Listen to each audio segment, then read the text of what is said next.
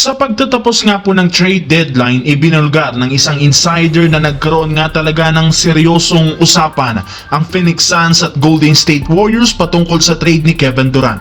Ngunit sadyang hindi lamang ito natuloy dahil mismong si Durant na ang nagsabi ayaw niya nang bumalik pa sa kanyang dating kupunan. Kaya isang malaking katanungan, ano nga bang totoong rason sa likod nito? Well, ayon sa isang analyst, ang pinakadahilan ay si Draymond Green. Hindi rin naman nga po niya gusto ang ginagawa nitong antik sa loob ng court at kung paano nito tratuhin ang kanyang mga kakampi. Kaya kahit man magkaroon si Durant ng mataas na tsansang magkampiyon, wala nga siyang balak pa. Bukod dyan, naniniwala rin naman ang mga fans na ayaw na nga talagang umasa pa ni Durant sa Golden State at kay Stephen Curry pagdating sa pagkuha ng titulo dahil mapapatunayan lamang nito ang narrative na hindi niya kayang magkampiyon nang wala ang tulong ni Stephen Curry.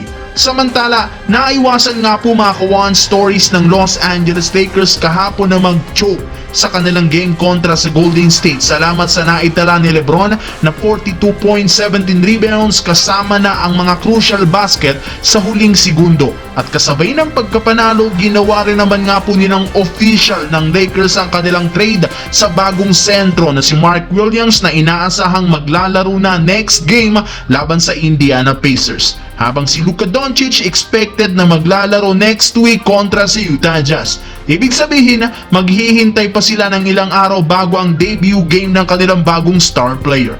Subalit, sa kabila niyan, mismong si LeBron James na ang nagsabi sa post-game interview na natutuwa na nga siya sa ginawang move ni Rob Pelinka ng mga nagdaang araw dahil mas pinalakas nga nito ang kanilang lineup. Of course, malungkot siya sa kanyang mga dating kakampi na na-trade, ngunit wala rin naman sila ditong magagawa. Kailangan na lamang nga po niyang mag-focus sa bagong lineup at sa bagong mga teammates, siguradong magkakaroon ng malaking impact sa mga susunod na laro. Napansin nga ni LeBron na di katulad ng nauna nilang lineup, mas lumaki nga po ngayon ang kanilang mga players na pwede nilang gawing advantage para manalo.